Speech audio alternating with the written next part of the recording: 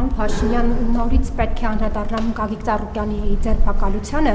այդ դրվագներին։ Օրինակ դուք որ այդ տեսնում եք, ինչ եք զգում։ Այսպես մարդը կանգնած է, աշխատակիցը սենց խփում է, այդ այն տրամաբանության մեջ է, որ պարկեցրեք գետին, ձեր նախորդ հրահանգները փռեք ասֆալտին, պարկեցրեք գետին, որ ձեր հոգին փառավորվի դրանից։ Սա մեկ հարց եւ պարոն Փաշինյան Բայրամով էլի խոսել է սահմանադրական փոփոխությունների մասին եւ եթե չհանենք տարածքային պահանջները, այսպես ասած ճակերտավոր սահմանադրությունից խաղաղության պայմանագիր չի կնքվելու։ Ի վերջո սահմանադրության տեքստը թեև նախարարն ասել էր, որ մարտին կհրապարակվի, մինչև հիմա մենք այդ տեքստը չենք տեսել, ինչ եք պատրաստվում անել, երբ է լինելու այդ տեքստը, երբ ենք տեսնելու եւ երբ են այդ Ադրբեջանի ասած փոփոխությունները տեղ ունենալու,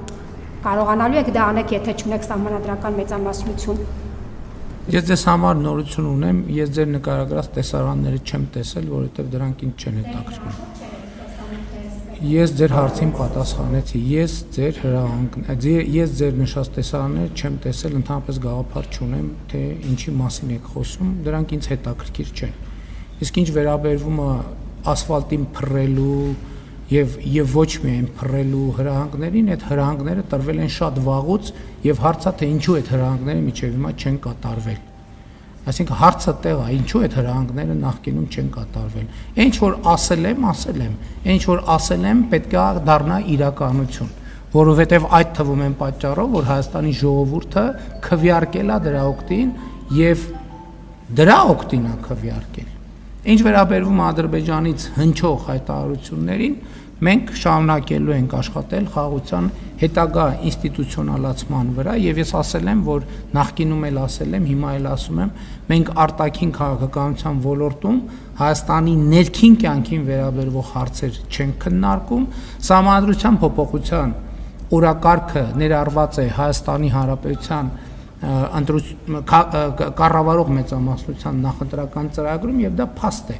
այսինքն նախընտրական ծրագրում արձանագրված է նոր սահմանադրության ընդունման անհրաժեշտությունը եւ ժողովուրդը քվեարկել է 726,000 մարդ քվեարկել է դրա օգտին,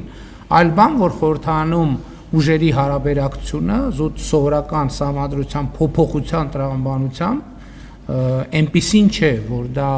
մեզ հայտնի մեխանիզմով իրականացվի, բայց այդ օրակարգ կա, դա նախընտրական պարտավորություն է, մենք պետք է դիրքավորվենք, վերլուծենք իրավիճակը եւ դիրքավորվենք այդ թեմայի շուրջ։ Կհրապարակենք պատե հառիթով։ Դե այն ժամանակ ինչ հապաղումը նրանում էր, որ քաղաքացիական պայմանագիր կուսակցության վարչության անդամները, երբ որ մենք քննարկում ունեցանք, նրանցից շատերը ունեին առաջարկներ եւ մենք հասկացանք, որ այդ առաջարկները, քանի որ նախընտրական շրջան է մոտենում, հանդարտ աշխատանքային պայմաններում չենք կարողանալու քննարկենք եւ որոշեցինք, որ առաջարկների ժամկետը հետաձգենք մինչեւ ընտրություններից հետո, որպեսզի այդ առաջարկները հանդարտ պայմաններում կարողանանք քննարկել, չստացվի, որ առանց պատշաճ քննարկումների ներթիմային ինչ որ տարբերակ է հրապարակվել։ Հիմա այդ ժամկետը առաջարկների ներկայացման սպառվել է, առաջարկները քննարկվել են,